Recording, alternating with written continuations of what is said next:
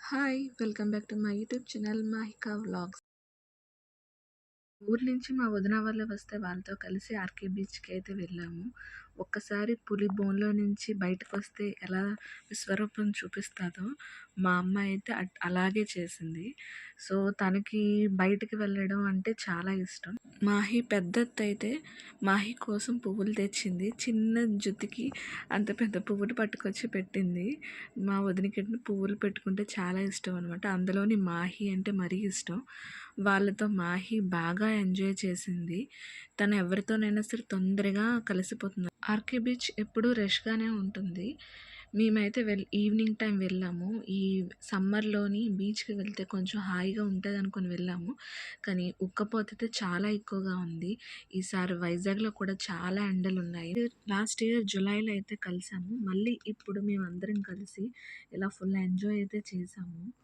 మాకన్నా ఎక్కువగా పిల్లలైతే బాగా ఎంజాయ్ చేసుకున్నారు. మా పాప నేను ఉన్నానని కూడా మర్చిపోయి తర్వాత మళ్ళీ నా దగ్గరకొచ్చింది. సో, హాయ్ చెప్పమ్మా అంటే అస్సలు చెప్పలేదు. తను ఏంటంటే ఫస్ట్ టైం బీచ్‌లో ఇలా నడవడం, ఇలా చూసుకోవడం అనేది తనకి ఇంతమంది జనాల్ని చూసి చాలా ఎక్సైట్ అయింది. మా సోను అల్లుడైతే మాత్రం ఇంక చెప్పక్కర్లేదు. మాహికి బాడీ గార్డే అని చెప్పాలి. నిజంగా చెప్పాలంటే మాకు మాహి చుక్కలు చూపించిందని చెప్పాలి ఆ రోజు. ఒక్కసారి బయటకొచ్చేసి జనాల్ని అందరిని చూసి, బీచ్‌ని చూసి చాలా ఎక్సైట్ అయ్యింది.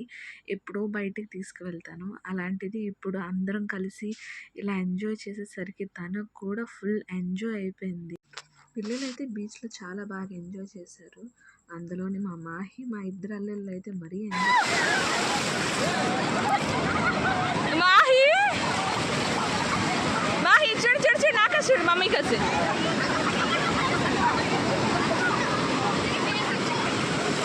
మాహి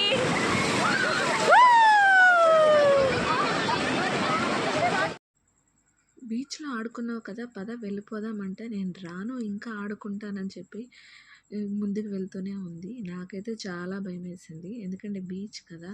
చిన్నపిల్ల తెలీదు. ఇంకా ఎక్సైటింగ్‌గా ముందుకు వెళ్ళిపోద్ది. అయినా లాక్కొచ్చేసాము. వెళ్ళినా సరే డ్రెస్ మొత్తం తడుపుకుంది.